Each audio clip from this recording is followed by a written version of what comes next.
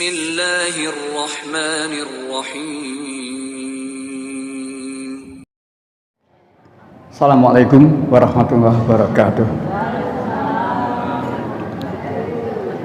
Alhamdulillah wa syukurillah, la haula wa la quwata illa billah. Asyhadu an la ilaha illallah wa la syarika lah, wa asyhadu anna Muhammadan abduhu wa rasuluh. Rabbi shrah li sadri wa yassir li amri wahlul 'uqdatam min lisani yafqahu qawli. Amma ba'd. Ibu-ibu serta bapak sekalian yang saya hormati, yang dirahmati Allah, alhamdulillah pagi ini kita masih diberikan kemampuan oleh Allah untuk bisa hadir di majelis yang insya Allah selalu diridhoi oleh Allah, mengkaji ayat-ayat Allah ini, dan semoga ini menjadi amal soleh kita dan selalu diridhoi oleh Allah SWT. Amin. Kita awali kajian pagi hari ini dengan baca basmalah. Bismillahirrahmanirrahim. Ibu bapak yang saya hormati, pagi ini kita melanjutkan sedikit Kamis yang lalu belum selesai. Nah, nanti ditambah dengan yang baru itu. Sebelum itu, karena ini menyangkut perbandingan Al-Quran dan Alkitab, di papan tulis itu saya tulis berapa ayat. Di papan tulis itu saya tulis beberapa ayat, supaya kita mantap dengan Quran kita dan kita tahu betul dan yakin tentang Alkitab itu bagaimana. Surat 15, surat Al-Hijr ayat 9. Jadi berapa ayat ini saya dulukan, baru nanti kita bicara lanjutan daripada materi kemarin. Monggo, 15 ayat 9. Inna nahnu nazzalna dzikra. Sesungguhnya kamilah yang menurunkan Al-Quran dan pastikan pula yang memeliharanya. Itulah pernyataan Allah. Sesungguhnya kami Allah yang menurunkan Al-Quran. Setelah Al-Quran diturunkan, tidak dibiarkan oleh Allah, tapi Allah menjaga. Menjaga dari mana? Menjaga dari ulah tangan-tangan kotor yang ingin merubah dan sebagainya dari Al-Quran itu. Nah, dengan pernyataan ini kita yakin Al-Quran satu-satunya kitab suci yang terjaga. Baik. Yang kedua, surat 6 115. Dan telah sempurna firman Tuhanmu Al-Quran dengan benar dan adil. Sempurna, benar, adil. Terus tidak ada yang dapat mengubah firman-Nya, dan Dia Maha mendengar, Maha mengetahui. Itulah Al-Quran. Tidak ada kitab suci selain Al-Quran yang sempurna. Kata-kata sempurna dalam kitab suci hanya ada pada Al-Quran. Wa tamat kalimat Rabbik, dan telah sempurna kalimat Tuhanmu, yakni Al-Quran. Jadi Al-Quran itu sempurna, artinya masalah apa saja yang kita hadapi dalam kehidupan ini, Al-Quran sudah memberikan jawaban. Tinggal kita menghadapi masalah, mencari di buku lain tidak ketemu, tapi kalau kita cari dalam Al-Quran ketemu karena Al-Quran itu sempurna.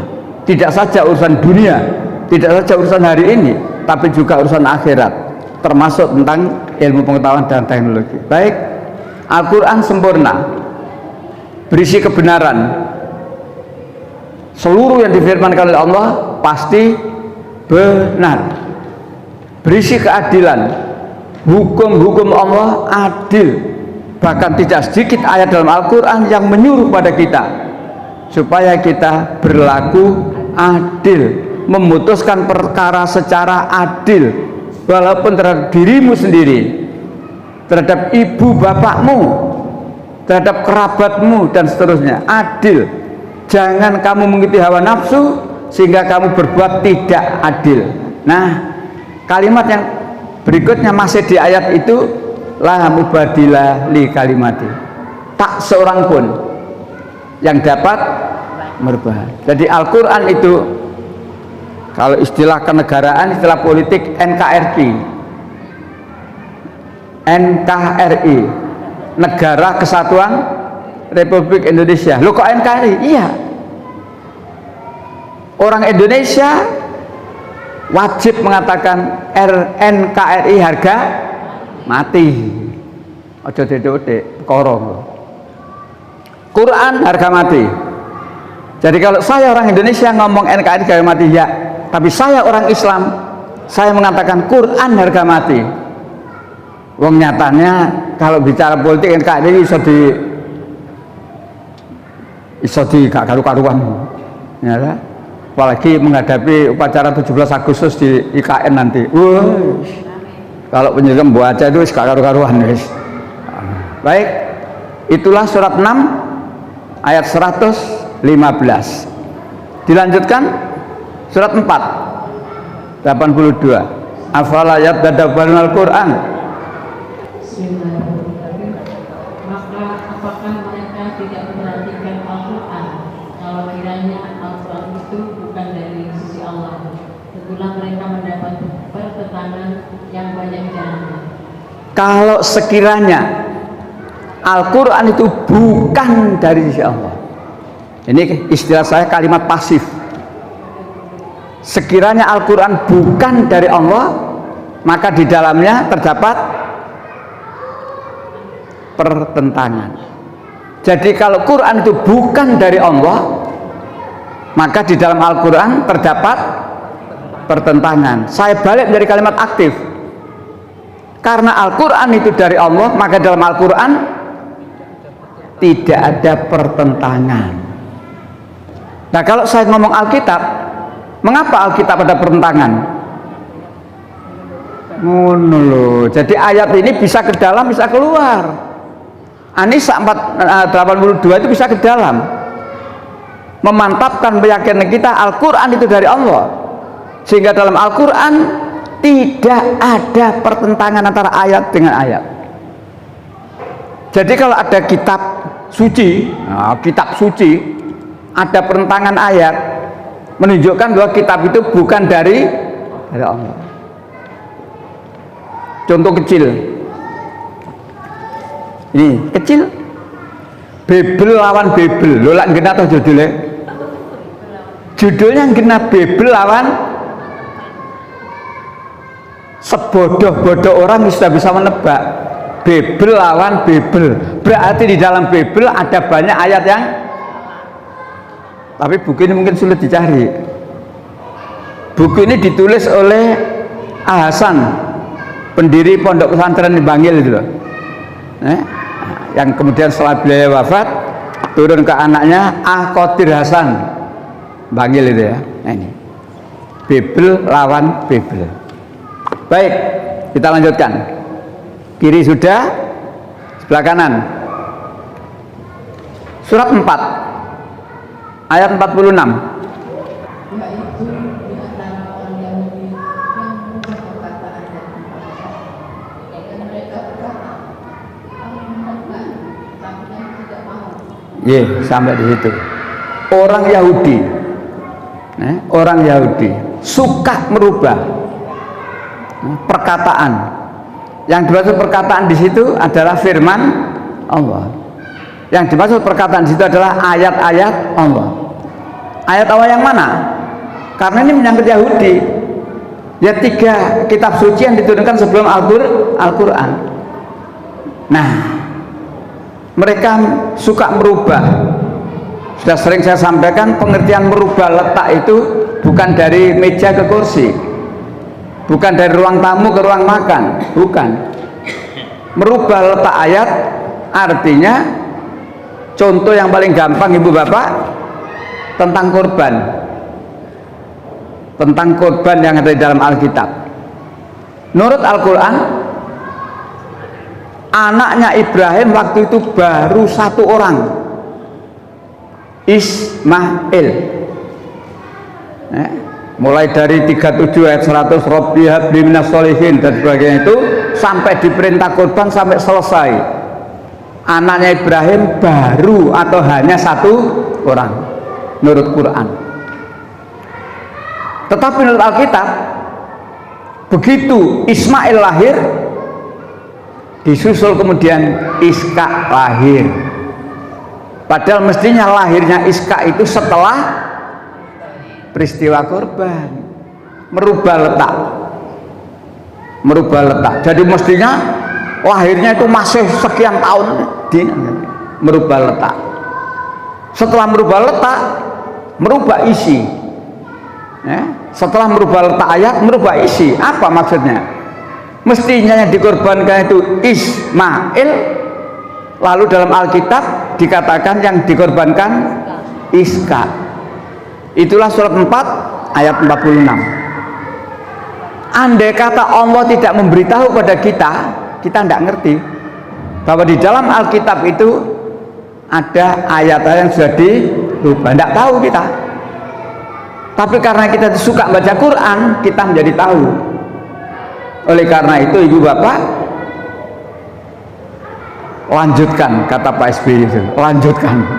Nah, lanjutkan apa? Kesukaan kita baca Al-Quran, istiqomah, lanjutkan. Waktu presiden gitu nih Pak SBY lanjutkan. Nek sing sijine lebih cepat lebih baik dan ikut semboyan. Kita lanjutkan. Kesungguhan kita di dalam memahami Al-Quran, lanjutkan. Baik, dengan kita diberitahu oleh Allah, kita menjadi tahu bahwa ahli kitab Yahudi suka merubah Alkitab. Cuma penyikan yakin ucapan Allah ini benar, yakin? Nah, yakin lah. Tapi kita harus membuktikan di perubahan nih. Pak pokoknya Quran loh.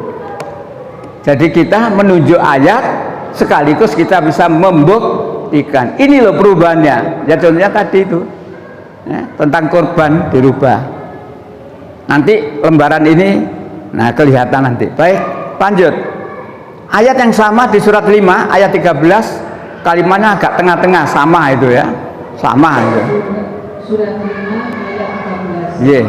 Tetapi karena mereka melanggar janjinya, maka kami melaknat mereka dan kami jadikan hati mereka keras batu. Mereka suka merubah firman Allah. Nah itu ya. Mereka suka merubah firman Allah dari tempatnya. Baik, sampai di sini. Sekarang ibu bapak yang saya hormati, Quran. Sekarang informasi Al-Quran yang menyangkut Alkitab. Informasi dari Al-Quran, ayat Allah dari Al-Quran yang menyangkut Alkitab. Surat 2 ayat 79. Maka celakalah orang-orang yang menulis kitab dengan tangan mereka sendiri, kemudian berkata ini dari Allah, dengan maksud untuk menjualnya dengan harga murah. Stop, satu, celaka. Siapa yang dikatakan celaka? Orang-orang yang orang-orang yang menulis Alkitab dengan tangannya. Berarti Alkitab itu ternyata buatan. Ingat saya sudah pernah memberikan fotokopi Injil karangan Matius, Injil karangan Markus, Injil karangan. Ingat saya pernah saya berikan itu. Ya, kapan-kapan saya berikan contoh lagi. Baik. Maka celakalah mereka karena tulisan tangan mereka, dan celakalah mereka karena apa yang mereka perbuat. Berapa kali Allah mengatakan celaka? 3 kali Allah mengatakan celaka. Kecelakaan bagi mereka karena mereka menulis Alkitab dengan tangannya sendiri, dikatakan ini dari Allah dengan maksud mendapatkan imbalan sedikit. Celaka bagi mereka ya, dari apa yang ditulisnya tadi itu, dan celaka bagi mereka karena dengan tulisannya itu banyak kemudian menyesatkan manusia. Itulah Alkitab. Nah, nanti kita harus membuktikan ayat ini sehingga kita ini menjadi orang yang tidak asal ngomong. Quran itu Allah itu tidak asal ngomong kudu ana buktine. Nek gak ana buktine fitnah, huwak tahawuk, huwak. Nah, baik. 3:78. Ya. 3:78.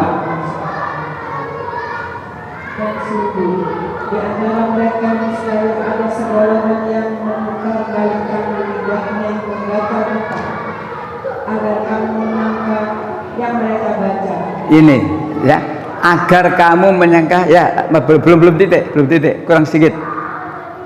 Diulang ya, memutar-mutar lidahnya, bolak-balik lidahnya, agar kamu menyangka bahwa apa yang dibaca itu dari Alkitab. Padahal itu sebagian dari kita. Terus?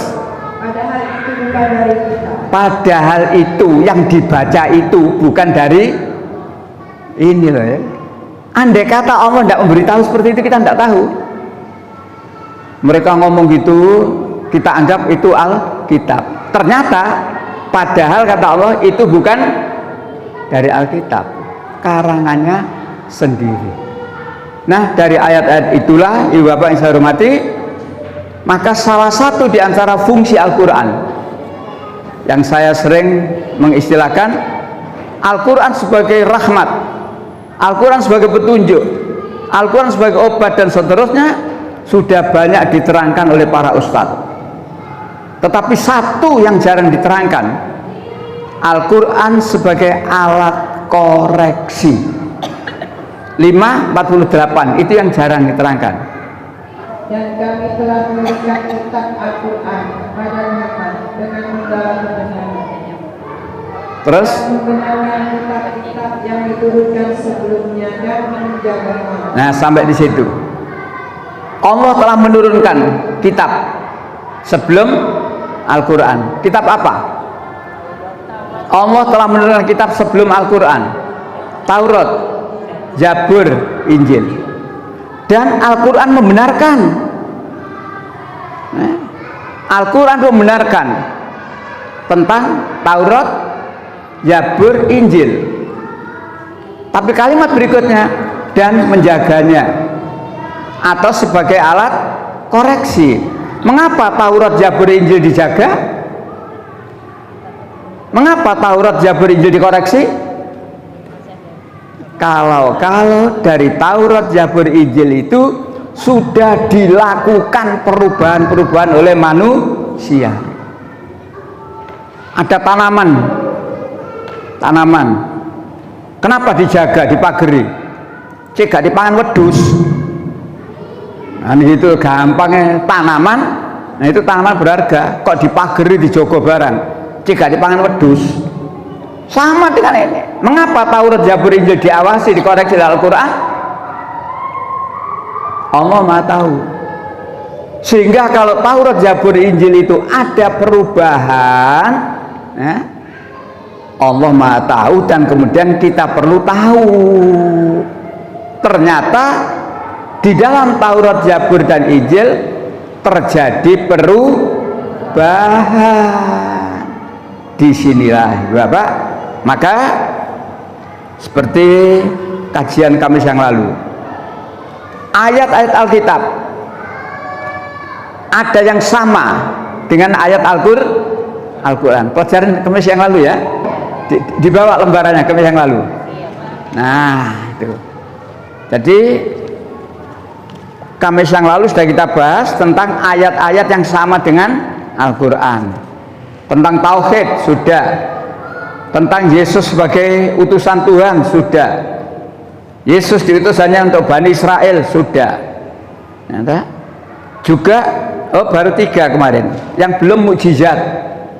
Belum mukjizat itu orang Kristen banyak cerita, Yesus bisa menyembuhkan ini banyak sekali, dan itu di Injil memang iya. Tetapi di dalam Injil tidak diterangkan bahwa itu mukjizat, sehingga orang Kristen mengira Yesus bisa menyembuhkan orang sakit sopak, orang buta, orang lumpuh, bahkan Yesus bisa menghidupkan orang mati karena Yesus sebagai Tuhan. Beda dengan Al-Quran. Al-Quran diterangkan memang Nabi Isa itu bisa itu, tapi ada kalimat biizni, atas izin. Itu yang hilang dalam Alkitab. Disinilah kita perlu sampaikan kepada mereka, hei, kata ini jangan kamu hilangkan, supaya kamu tahu Yesus itu bisa begini karena Yesus itu seorang nabi yang diberi mukjizat. 5. Yesus menyuruh bertobat. Nah, Yesus menyuruh bertobat. Ya Bapak, orang Kristen barangkali tidak tahu, walaupun dia punya kitab. Di dalam Alkitab jelas, di lembaran itu saya tulis nomor 5 ya, Injil Matius pasal 4 ayat 17. Sejak waktu itulah Yesus memberitakan, bertobatlah, sebab kerajaan surga sudah dekat. Apa perintah Yesus? Bertobatlah, ya, bertobatlah. Dan ternyata ya Bapak, ini bukan satu-satunya ayat. Di bawahnya saya tulis itu ayat-ayat lain tentang tobat. Matius pasal 3 ayat 2, Markus pasal 14 pasal 4 ayat 15, Lukas pasal 3 ayat 3. Saya sering ngomong waktu kajian kristologi, nek sampean punya teman atau tetangga atau family Kristen punya Alkitab, santai saja ngomong, mas nilai Alkitab kanggo apa? Enggak, aku kepengin doleki iki lho. Makanya saya menerangkan dalam kajian ke istilahnya generasi muda saya, kebetulan 3 orang ini lulus S2 tahun ini, September nanti wisuda di Unmu. Saya bilang, mas, sampean pemain sepak bola ojo dadi back, ojo dadi kiper. Dadi apa Pak? Penyerang. Nek sampean dadi back diserang terus kewalahan kok. Sampean dadi kiper diserang terus gol, jadilah penyerang. Apa maksudnya? Ayat-ayat yang saya terangkan ini jadikan alat untuk menyerang mereka. Ngono caranya. Ya enggak usah terlalu metenteng. Nilai Alkitabmu. Kanggo apa? Enggak iki lho ngene. Oh, siapa tahu dengan cara seperti itu dia membaca Alkitab dan kemudian hatinya terbuka lalu mengucapkan asyhadu alla ilaha illallah. Ya memang dakwah itu kan bisa model gini, bisa pendekatan, bisa dialog langsung. Baik, tobat. Bahkan dalam Islam nek ngomong tobat tidak sekedar bertobatlah. Dalam Islam tidak sekedar bertobatlah, tapi disuruh segera mungkin. Artinya nek tobat jangan terlambat. Wasari'u ila magfiratin min rabbikum. Bersegeralah kamu untuk mendapatkan ampunan Tuhan. Atau di surat yang lain, surat 57 ya. Sabiku, berlomba-lombalah kamu untuk mendapat ampunan Tuhan. Dan juga di ayat yang lain ada orang yang tobat tapi terlambat. Tobat yang bagaimana yang tidak diterima oleh Allah? Nah, roh sudah di kerongkongan, wis kelengek-kelengek karek mati baru. Termasuk Fir'aun yang dalam keadaan tenggelam dan mati baru mengatakan bertobat. Ayat-ayat itu menerangkan kepada kita, satu, sadar tidak ada orang yang bersih dari dosa. Semua orang pasti punya dosa, kecuali para nabi, rasul, maksum, dihindarkan oleh Allah dari perbuatan dosa. Tapi sing jenenge kita, Ustadz Pak, halah Ustadz ae dosa. Kiai Pak, dosa. Menteri Agama, podo ae. Presiden, podo ae. Dukun, pendeta, pastor, podo ae. Tidak ada yang tidak berdosa manusia ini. Maka dengan Islam Allah mengatakan wasari'u ila magfiratin. Bersegeralah kamu. Bersegeralah kamu. Ya, jangan sampai roh sudah di kerongkongan baru mengatakan beriman. Nah, itulah Islam. Jadi kalau kita bandingkan, ibu bapak yang saya hormati, luar biasa Quran ini, mah. Dengan perbandingan seperti inilah diharapkan keyakinan kita terhadap kebenaran Islam, keyakinan kita terhadap kebenaran Al-Quran semakin kuat. Jadi manfaat daripada mempelajari perbandingan agama, manfaat daripada mempelajari kristologi, ya, bukan mengejek, mencela, bukan. Dengan kita bandingkan, maka kita lebih mantap tentang kebenaran agama Islam. Baik. Nomor 6. Kembali pada lembaran Kamis lalu. Nomor 6. Masuk surga. Di dalam Al-Quran juga banyak jaminan. Siapa yang dijamin masuk surga? Alladzina amanu wa amilus sholihah, umpamanya begitu. Orang yang beriman dan beramal soleh. Ulaika ahlul jannah, mereka adalah penghuni surga, dan banyak poin. Alkitab. Nah, poin nomor 6, masuk surga karena taat kepada Allah. Nah, Injil Matius pasal 7 ayat 21.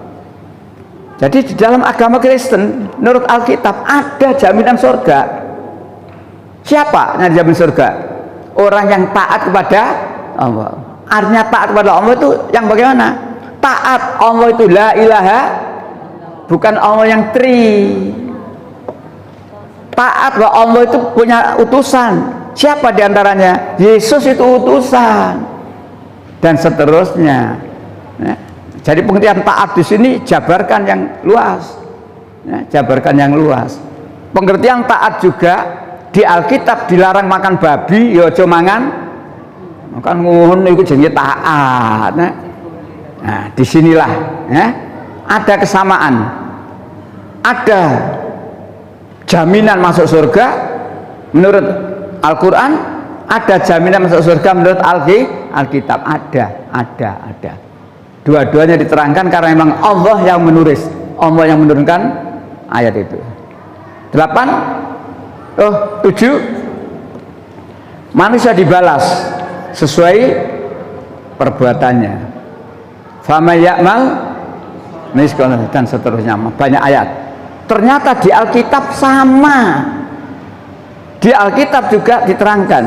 Matius pasal 6 ayat 4. Matius 16:27, dan kitab Roma pasal 2 ayat 6. Sama, tiga-tiganya ayat itu menerangkan manusia itu besok akan dapat balasan sesuai dengan apa yang dikerjakan. Sama. Inilah kalau kita mempelajari perbandingan agama, ternyata Alkitab itu ada yang sama dengan Al-Quran. Bagaimana komentar kita kalau ada Alkitab yang sama dengan Al-Quran? Itulah ayat Allah yang belum dirubah oleh manusia. Quran dari Allah, Alkitab juga dari Allah. Selama ayat ini belum dirubah, maka isinya sama. Nah, tinggal nanti lembar berikutnya, nanti yang sekarang kita bahas, kalau ada perbedaan antara Alkitab dengan Al-Quran, itulah buktinya firman Allah yang sudah dirubah. Jadi biar jangkep, komplit kita. Yang sama, yang berbeda, ya komplit. Baik, terakhir nomor 8. Orang yang kadzab, mendustakan, orang yang kadzab atau orang yang mendustakan tidak akan diampuni. Jadi dalam Al-Quran banyak, walakin kadzabu, lantaran mereka mendustakan ayat-ayat Allah. Bahkan dikatakan tidak akan dibukakan pintu langit, pahalanya tidak ada.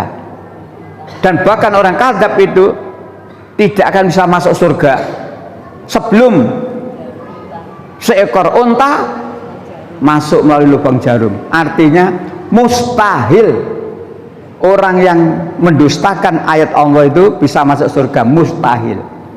Ternyata di Alkitab sama ancaman oleh Allah terhadap orang yang kadzab. Wis diomongi Tuhan itu Esa satu, Yesus wis ngomong, "Hei Bani Israel, sembahlah Allah Tuhanku dan Tuhanmu." Tapi ternyata mereka kadzab. Jadi mereka yang tetap kadzab mendustakan ayat itu, mereka tidak akan bisa masuk surga. Kalau mereka tidak bisa masuk surga, di mana tempatnya? Neraka. Cuma ada 2 tempat besok. Ya, jadi besok itu setelahnya kiamat terjadi, setelah hari kebangkitan, manusia dikumpulkan. Kalau di Alkitab kemarin dibaca ya, ada 2 golongan. Domba di sebelah kanan, kambing di sebelah kiri. Yang di sebelah kanan, domba-domba itulah yang dipersilakan untuk masuk surga. Artinya orang-orang yang beriman, orang yang beramal soleh, tempatnya di surga. Cuma di situ istilahnya domba. Sehingga ini mbek. Sebelah kiri itu mbek apa? Orang-orang yang kadzab, orang-orang yang tidak mau mengikuti ayat. Ternyata Matius 25:31 kemarin itu sama dengan hadis qudsi. Allah memberitahu, melehno, napa melehno niku napa? Mengungkit. Melehno niku mengungkit. Kamu sih, dulu waktu aku sakit, kenapa kamu tidak menjenguknya? Itu kata Allah kepada orang. Orang ini bantah, kapan engkau sakit ya Allah? Engkau kan maha kuasa, kapan sakit? Allah menjawab, bukan aku yang sakit. Ketika si fulan sakit, kamu tidak menjenguknya. Andai kata kamu menjenguknya, kamu akan mendapati aku di situ. Ketika aku lapar, kata Allah, kamu tidak memberi makan. Kapan kau lapar ya Allah? Engkau maha kuasa, masa engkau lapar? Allah berkata, aku tidak pernah lapar. Fulan kelaparan, tapi kamu tidak, dan seterusnya. Ternyata Matius yang kemarin itu 25:31 itu ada di dalam hadis qudsi. Yang ada kisahnya, orang tidak beribadah haji tapi dikatakan sebagai haji mabrur. Ingat kemarin ya?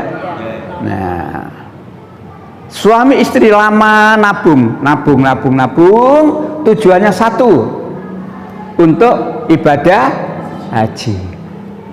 Setelah sekian tahun tabungannya cukup untuk ibadah haji. Tapi kebetulan yang perempuan sedang hamil. Nah,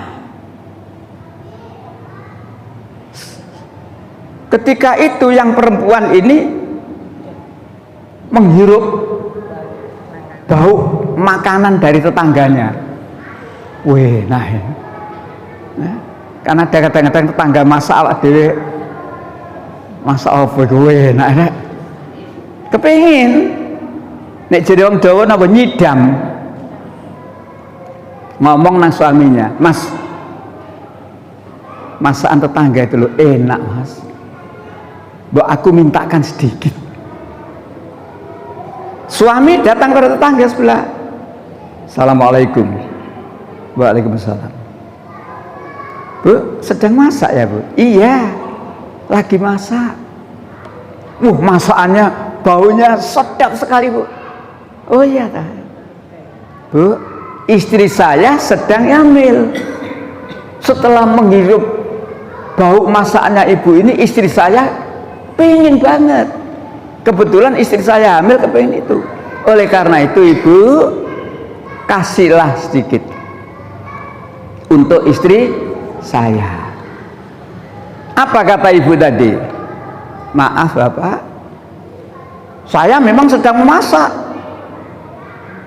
Masakan saya ini halal untuk saya, untuk keluarga saya, tapi haram untuk Bapak."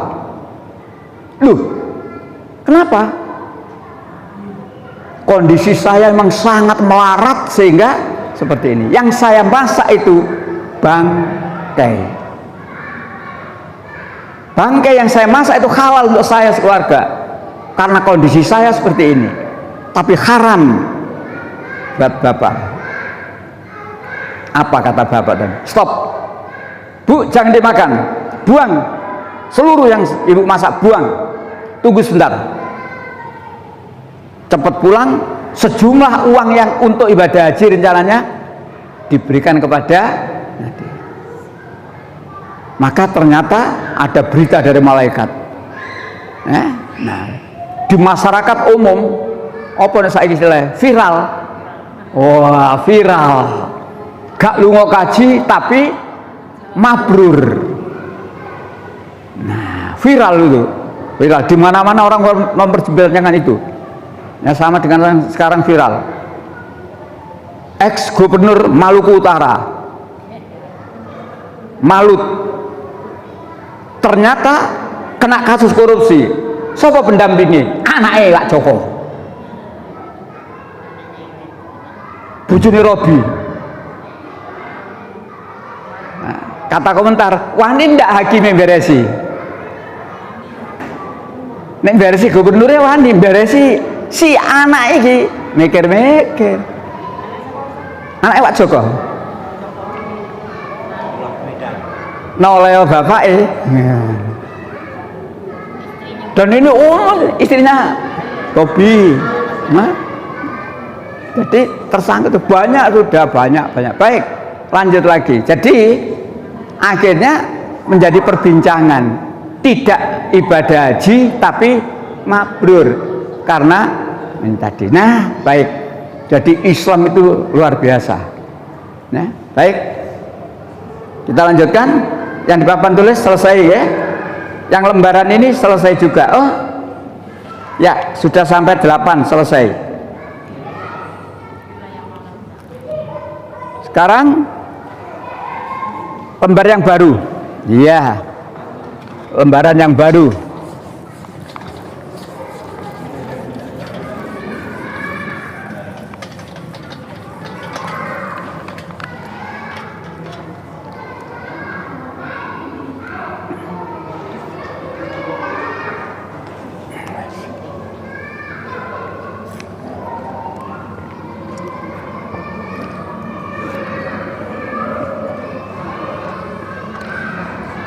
Ibu serta bapak sekalian saya hormati, lembaran yang baru, pilihlah mana yang benar. Sudah dapat semua ya? Insya Allah cukup, saya fotokopi 36 ya. Pilihlah mana yang benar. Jadi kita diberi tugas untuk memilih mana yang benar. Mengapa? Di dalam Al-Quran tidak ada ayat yang bertentangan. Nah, jawabannya tadi itu karena Al-Quran dari Allah. Nah, ya. Karena Al-Quran itu kitab suci dari Allah. Dalilnya surat 4 ayat 82.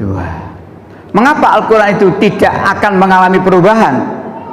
Tidak dapat dirubah-rubah? Karena dari Allah dan dijaga oleh Allah. Al-Hijr ayat 9 tadi itu. Dan juga surat 6 surat Al-An'am ayat 115. Nah, itu mukodimanya lembaran yang ini. Sekarang pilih mana ayat yang benar dan ayat yang salah. Dua-duanya dari Alkitab. Maka kalau tadi mendingan tak pameri buku kecil ini. Bible lawan Bible. Nah, ini ya.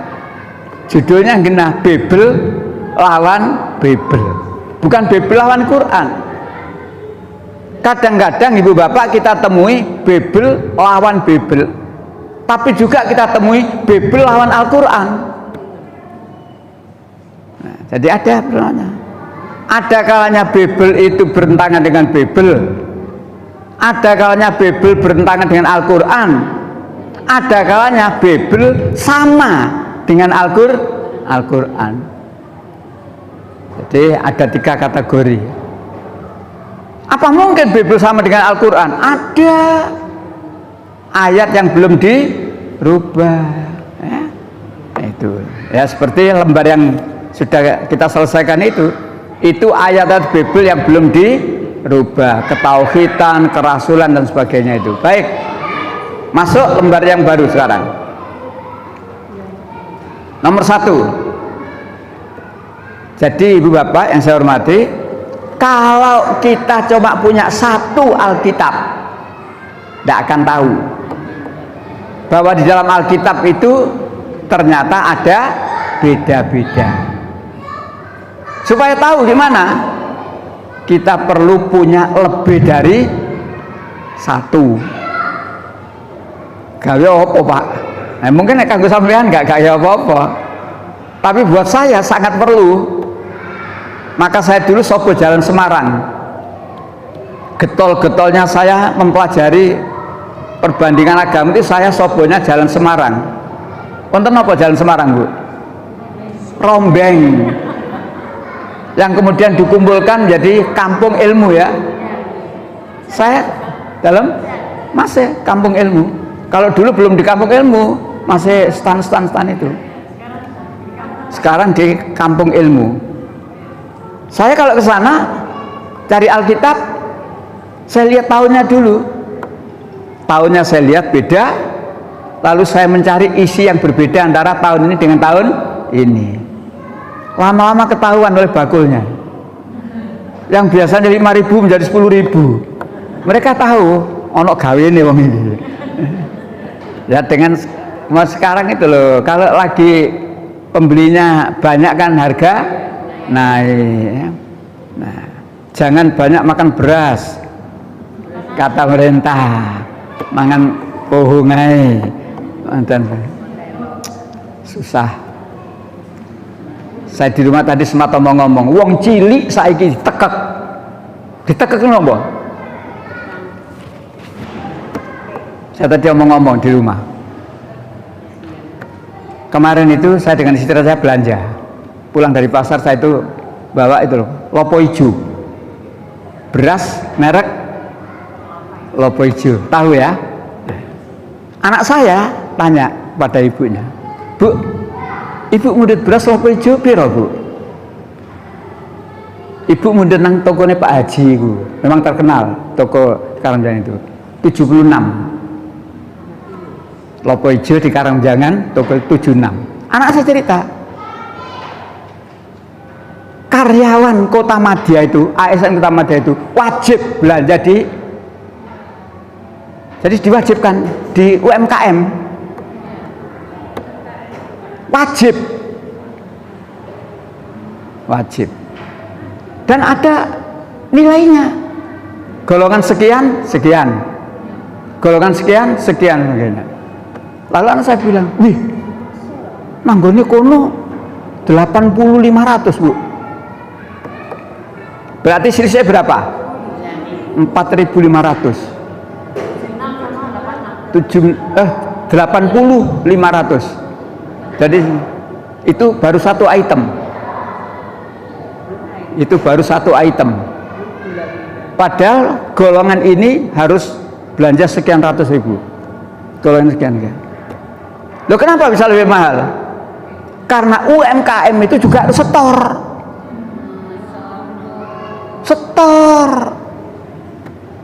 Ya kan? Dia kan tidak mau rugi. Saya harus setor. Kalau tidak saya naikkan, dapat apa saya? Akhirnya yang kena tekan siapa? Nah, besok nek makan siap saji kena pajak. Sudah, ini peraturan presiden sudah diteken loh. Tapi alat kontrasepsi merusak ini. Merusak gak rumongso. Nah, alat kontrasepsi sudah diteken. Coba ya. Mbuh ya apa dadine ngene. Maka saya juga berpesan dalam pengajian, jaga diri dan keluarga baik-baik. Jaga diri dan keluarga baik-baik. Apalagi kalau keluarga kita perempuan. Maaf ya Bapak, di pondok pesantren sendiri sudah diacak-acak kasus pelecehan seksual oleh Pak Kiai ini, gak terima oleh Al Ustadz yang enggak, Kiai ini, anaknya Kiai ini. Makanya saya pesan pada cucu saya, 2 orang yang ada di nulu ya.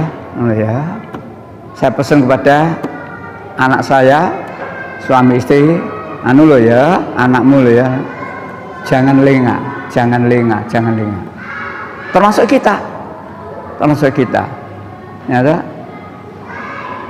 jaga baik-baik keluarga kita. Jangan sampai terkena ya seperti inilah sekarang sudah. Rupanya sudah menuju pada penghalalan segala cara. Baik, kita kembali. Nomor 1. Cetakan 62. Saya menunjuk satu ayat Mazmur 110 ayat 1. Bunyinya bahwa Tuhan telah berfirman kepada Tuhanku. Itu saya salin dari Alkitab loh ya. Jadi saya tidak ngarang ini. Ini saya salin dari Alkitab. Mazmur 110 ayat 1. Bahwa Tuhan telah berfirman kepada Tuhanku. Sedangkan cetakan 76, nah sama, Mazmur 110 ayat 1. Bunyinya demikianlah firman Tuhan kepada Tuanku. Beda apa sama? Selisih H. Tuhan. Sehingga orang Kristen tunjukkan ayat ini dari 2 cetakan ini sing bener. Cetakan 62 yang bener atau cetakan 76 yang bener? Dia jawab salah satu bener, berarti ada yang salah. Berarti Injilmu ana sing gampang kok. Jadilah Anda penyerang. Jangan menjadi back, jangan jadi kiper. Jadi Anda penyerang. Ya, maka saya ingat waktu saya dialog di mana itu, ini UPN ke timur sedikit itu, Wiguna. Nah, saya tanya, sampai saya istilahkan tak tanya bingung, tak tanya lagi tambah bingung. Warga dia datang, wah pendeta datang, jas-jasan celana full dress gitu datang ke atas. Pertanyaan saya enteng-enteng aja. Bapak baru pulang dari gereja? Ya. Mengapa Bapak ke gereja hari Minggu? Menurut pertanyaannya. Jawabannya, memangnya kenapa? Loh, saya tanya jawaban Pak. Mengapa Bapak ke gereja kok hari Minggu? Lah ya mengapa? Loh, gini loh Pak, saya ini orang Islam. Saya saben hari itu sholat, di antaranya sholat duhur. Tapi ke hari Jumat saya tidak sholat duhur. Sholat apa? Sholat Jumat. Mengapa? Ada perintah sholat Jumat. Mengapa Bapak ke gereja hari Minggu? Siji durung menjawab, takoni mana? Kesimpulannya, Anda bukan lawan saya. Anda bukan lawan saya. Nah, Bapak kan tahu saya, rumah Bapak Kertajaya. Saya biasa ngisi di Masjid Kertajaya. Bapak tahu saya mestinya. Siapa kira-kira orang nomor 1 di gereja Bapak untuk ketemu saya? Sampai saya nggak jawab. Saya sekarang juga ngisi di Masjid Baru, Masjid Baitur Rahim, Gubeng Kertajaya, Gang 5C nomor 19. Kristologi 1 bulan 2 kali, Selasa ke-1, Selasa ke-3. Jadi begitulah kita. Balik lagi, sering saya sampaikan pada penjenengan atau di tempat lain, gowo sak lembar ya. Apa yang saya berikan lembaran ini gowon, tarung. Gak sombong, gak takabur, gak nek kalah. Syukur-syukur nek apal. Syukur-syukur nek apal. Gak apal dibuka gak apa-apa. Iki lah gak ujian dah, oleh ngerpek ya. Oleh ngerpek. 1. Nomor 2. Cetakan tahun 76. Nah, cetakan tahun 76 dibanding dengan cetakan yang lain. Atau enggak? Maaf saya. Cetakan 76 tidak usah dibanding dengan tahun yang lain. Di dalam satu kitab tahun 76 isinya beda. Lulak nemen lagi. Mana bedanya? Kitab Kejadian pasal 25 ayat 1. Abraham mengambil pula seorang istri namanya Keturah. Ini menurut kitab Kejadian. Tapi menurut kitab Tawareh di Injil itu juga. Jadi bukan Injil lain, Injil itu juga. Dalam satu kitab Injil itu. Di kitab Tawareh yang pertama pasal 1 ayat 32. Keturunan Keturah gondek Abraham. Sing bener Keturah itu bojone Abraham apa? Bingung Tuhan. Nah, inilah keadaan Alkitab. Nah, maka saya pernah menyampaikan tema ditanya bingung. Semakin ditanya semakin bingung. Timbang bingung-bingung tinggalen meloo aku gampang toh. Mergo nek bingung terus-terusan kok iso stroke lho. Vertigo, stroke lho. Lah timbang vertigo timbang stroke tinggal melok aku. Carane asyhadu alla ilaha illallah. Baik. Saya kalau ngajar di Al-Falah ya gini-gini. Pakai sing gampang-gampang sing kira-kira jamaah para mu'alaf atau para muhtadin, orang-orang yang baru dapat hidayah yakin, mantap dengan kebenaran Islam setelah tahu Alkitabnya gak karuan. Nomor 3. Cetakan tahun 75 lawan cetakan 78. Kitab Kejadian pasal 17 ayat 1. Ketika Abram berumur 90 tahun, maka Tuhan menampakkan diri kepada Abram. 90 tahun tidak 9 dan 0, bukan. Nah, tidak dengan angka tapi dengan huruf 90 tahun. Nah, itu di Injil begitu. Lalu saya buka tahun 78 ketika Abram berumur 99 tahun. Maka Tuhan menampakkan diri kepada Abram. Sing bener iki umure 90 apa 99? Andai kata cetakan ini selisih 9 tahun, kena dienggo alasan. Tapi cetakannya tidak 9 tahun.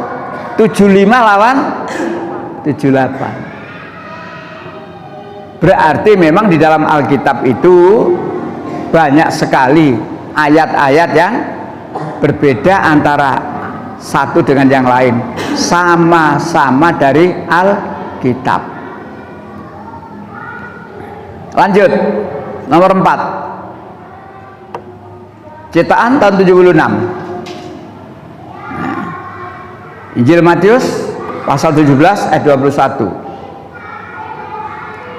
Di sini diterangkan untuk mengobati orang yang sedang kesetanan, dirasuk setan itu, cara mengusirnya adalah dengan berdoa dan berpuasa. Nomor 4. Matius 17:21. Ceritanya adalah ada masyarakat yang sedang kerasukan setan, lalu ditangani, diobati oleh murid-muridnya Yesus. Setannya ndablek, gak mau metu. Ibu bapak pernah melihat anak kesetanan terus anak sing nambane terus mencicil, pernah lihat ya? buak setan.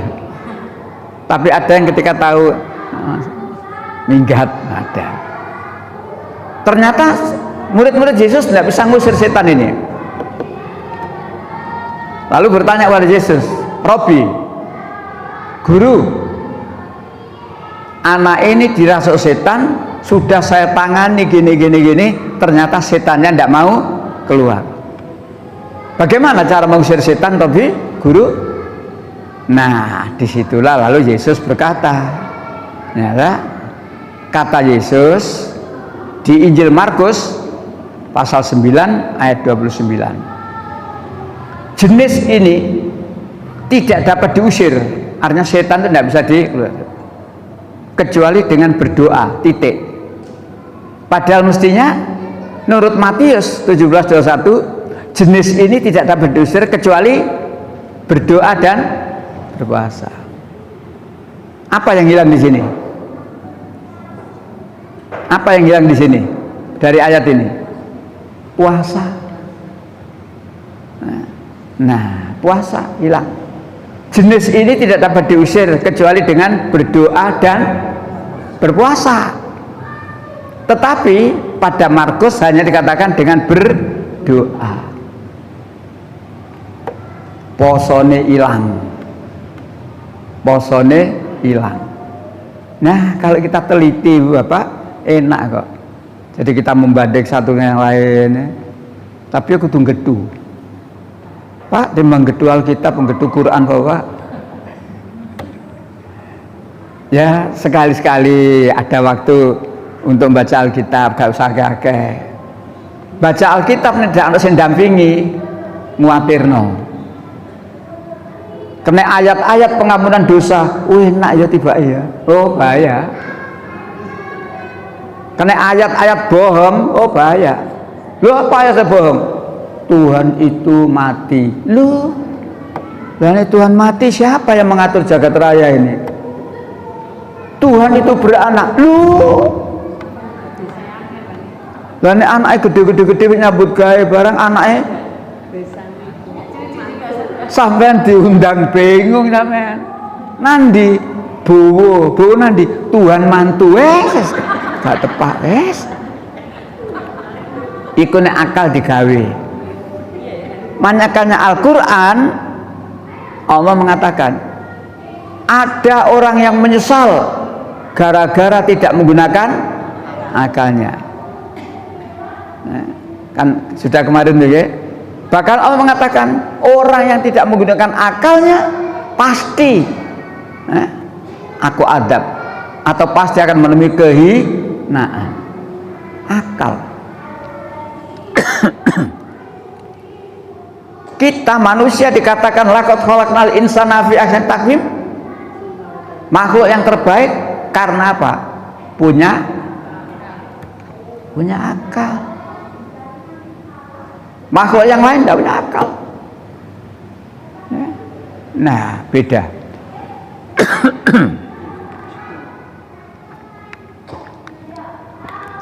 Oleh karena itu Ibu Bapak, ayo gunakan akal ini sebaik-baiknya. Justru Allah ngomong tidak enak. Loh kok ngomong tidak enak? Saking dableke menungsone. Apa kata Allah? Ulaika kal an'am. Mereka seperti binatang ternak. Balum ada luwih nemen. Jadi orang yang diberikan PH, pendengaran, penglihatan dan hati, tapi tidak digunakan sungguh-sungguh, mereka seperti binatang ternak. Bahkan lebih kok le muring-muring nek dilokno ngono karo Gusti Allah. Harusnya introspeksi, opo aku dilokno koyo kewan. Nah, seperti itulah. Jadi Quran itu ada kalimat yang enak. Allah cinta kepada orang yang suka berbuat baik.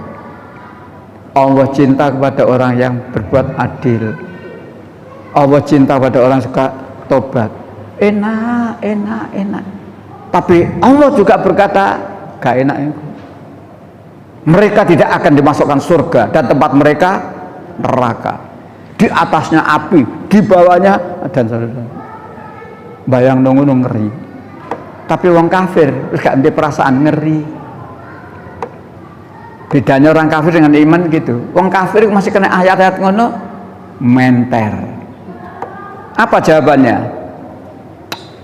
Akhirat itu urusan buri. Yang penting saiki seneng. Coba saiki, senengnya gak karu-karuan iku arek iku. Nah, gak karu-karuan iku. Sampai aspirine sing wedok didadekno pejabat ya iso. Aspirine sing wedok. Nek sing aspirine sing wedok ku sapa? Ya ujube ngono.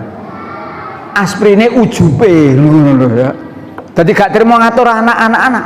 Aspirine ujube ngono. Dadi pejabat. Dia ingin pelantikan direktur rumah sakit Gresik, rumah sakit Sehati. Ponakane. Ponak aku gak katut. Dadi opo pulang sampean. Itulah dunia. Saya sering menyampaikan, Bu, Bapak, orang kafir bisa sukses di dunia? Orang kafir bisa bahagia, sukses di dunia? Bisa. Orang beriman bisa sukses, bahagia? Bisa. Bedanya di mana?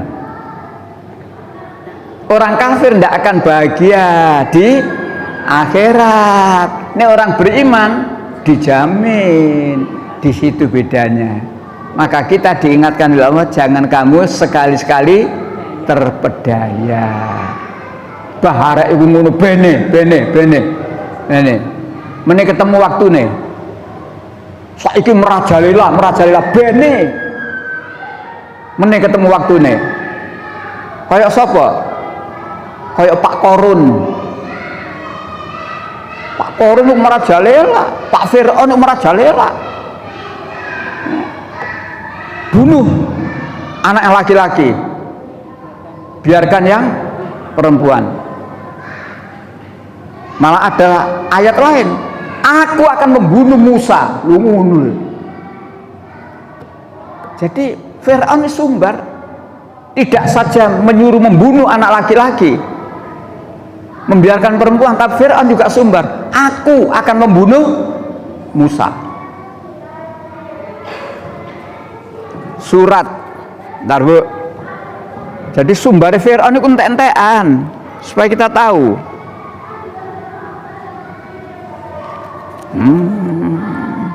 Surat 40 ayat 26. Fir'aun sumbar 40 26. Dan Fir'aun berkata kepada pembesar-pembesarnya, biar aku yang membunuh Musa dan suruh dia memohon kepada Tuhannya. Sesungguhnya aku khawatir dia akan membuka agamamu atau menimbulkan kerusakan di bumi. Fir'aun berkata kepada pembesar-pembesarnya, apa kata Fir'aun? Biar aku yang membunuh Musa. Ngono sumbare. Nah, Fir'aun itu dulu sekian abad yang lalu, Fir'aun mati ditenggelamkan oleh Allah di Laut Merah. Fir'aun sekarang jenenge gak Fir'aun, kelakuannya kaya ini loh ya. Kelakuannya kaya Fir'aun ya lah. Jenenge tutup Fir'aun. Makanya Ibu, saya pernah ingat saya sedikit memberitahu dalam satu ayat berisi 3 nama. Satu ayat berisi 3 nama, wong top.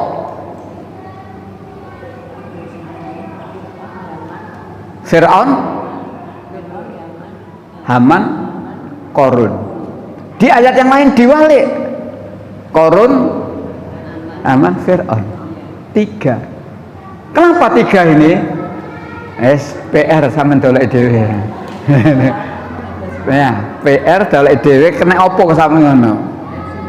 Nah, lawan katanya saya pernah menerangkan 3 orang yang juga mendapat nama baik. Ya, Ibrahim, Hajar, Ismail. 3. Jadilah kita seperti Ibrahim, jadilah kita seperti Hajar, jadilah kita seperti Ismail. Ngapain? Baca sendiri kisahnya. Ibrahim ku yo opo, Hajar ku yo opo, Ismail yo opo. Jangan seperti Fir'aun, jangan seperti Haman. Haman itu kalau cara saiki menteri, anak buah Fir'aun. Haman, siap bos, buat bakar, buat tangga yang tinggi sampai ke langit. Aku ingin menemui Tuhannya Musa. Siap. Padha karo wong saiki dikongkon bapake nurut ae. Kok wani bantah. Nurut ae. Dan hari-hari ini anak buah Sambu mulai keluar bebas dari penjara. Sudah ada beberapa yang sudah bebas karena cuma kena 3 tahun sekian, denda sekian, dan tidak dipecat dari kepolisian karena memang hukumannya di bawah 5 tahun, pangkatnya bintang 1. Belum baca ya. Itu orang-orang yang dulu cuma siap dan ngono tok, dikongkon Sambo siap dan ngono tok. Saya tadi pagi di pasar, saya kalau pagi kan jalan-jalan alhamdulillah dengan istri saya, jam 6 atau 6 kurang serapat jalan-jalan. Nek gak mlaku-mlaku lara kabeh. Wis tuwa kudu mlaku-mlaku. Jalan-jalan. Dekat dari rumah saya ke pasar Karangjangan, tidak sampai notok. Balik terus saya belanja, saya nunggu. Di pasar Karangjangan itu Ibu Bapak dibatasi jamnya. Jam 8:30 itu mobilnya Satpol PP sudah koyo wong perang. Malah beberapa waktu yang lalu itu jam 7 harus buyar. Bayangno, buka mari subuh toto-toto jam 7 kudu iya. Tadi pagi itu mobilnya masuk di gang ini. Kata Bagul, "Soro Bu sakniki Bu, kula mboten wani kula anake akeh." Lah ya napa? Ya menten pun ditunggoni mobilnya Satpol PP. Tapi ada Satpol PP yang masih punya hati. Di antara mereka ada yang berkata, "Saaken nggih Mbah. Nah, rambut saya kan banyak putih, wis diceluk Mbah. Saaken nggih Mbah." Napa? Saaken. Dolek pangan tapi dioyak gak nyambut gawe salah.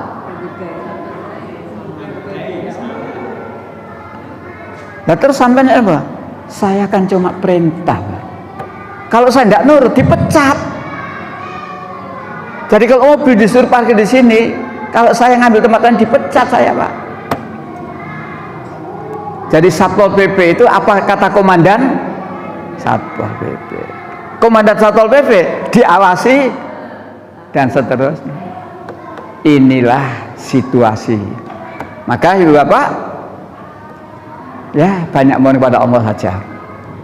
Mudah-mudahan Allah memberikan kemudahan kepada kita, ya, diberikan kemudahan rezeki, halalan, thayyibah, barokah, diberikan kesehatan yang baik, sehat yang bermanfaat, dan mudah-mudahan anak turun kita, ya, diselamatkan oleh Allah dari hal-hal yang tidak baik, dan bahkan semoga Allah tidak mematikan kita kecuali dalam keadaan husnul khotimah. Ya Bapak, saya lanjutkan aja kurang sedikit, mencolok saja nomor 6. Nah ini beda soalnya keterangannya. Kembali fotokopi nomor 6, cetakan 62 di kitab Imamat pasal 11 ayat 7. Sudah ketemu ya fotokopi? Cetakan 62 di kitab Imamat Di situ intinya babi haram.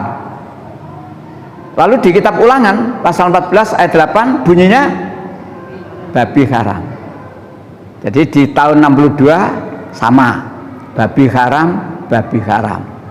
Tahun 74 Imamat 11:7 babi haram.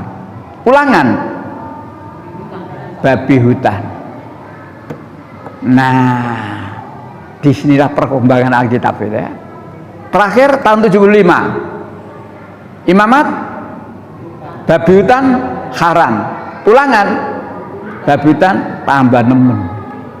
Sing bener iki, bingung tuan. Ini kalau tidak punya bermacam-macam Alkitab tahunnya ya ndak ngerti. Kalau ndak punya, ya penjenengan ndak perlu punya banyak itu. Lembaran ini sudah sampai hilang. Lembaran saya berikan ini aja sampai hilang. Kalau ada orang persoalkan, mohon jenengku Fadil Taslim. Dulu saya ditanya, itu apa Pak? Antonius, duduk. Itu Antonius, Ahmad. Terakhir, nomor 7. Bunyi tulisan di atas kepala Yesus. Jadi kalau Yesus itu diyakini disalib, ini bunyi tulisannya. 4 Injil yang dikatakan kanonik sehaluan mestinya sama. Mestinya di Matius, Markus, Lukas sama mestinya. Tapi ternyata beda. Menurut Matius, tulisannya berbunyi, inilah Yesus, raja orang Yahudi. Menurut Matius. Menurut Markus, raja orang Yahudi. Saya datang. Menurut Lukas, inilah raja orang Yahudi. Menurut Yohanes, Yesus orang Nazaret, raja Nazaret. Ada yang sama? Keempat-empatnya beda. Beda. Kenapa bisa berbeda? Karena Matius, Markus, Lukas, Yohanes tidak membaca sendiri. Jarene. Kalau sebuah tulisan itu, katakanlah kita 30 orang, walaupun datangnya tidak bersama, tapi membaca sendiri, bunyinya sama enggak? Sama. Masjid As-Sabirin, walaupun penjenengan datangnya besok pagi mocone ya Masjid As-Sabirin, tapi karena tidak membaca sendiri katanya, inilah luar biasa ya, luar biasa. Jadi saya pesan lembaran yang pernah saya berikan jangan dihilangkan ya, tularkan sama dengan di HP itu loh. Atau yang penting kalau ini penjenengan kirim berarti penjenengan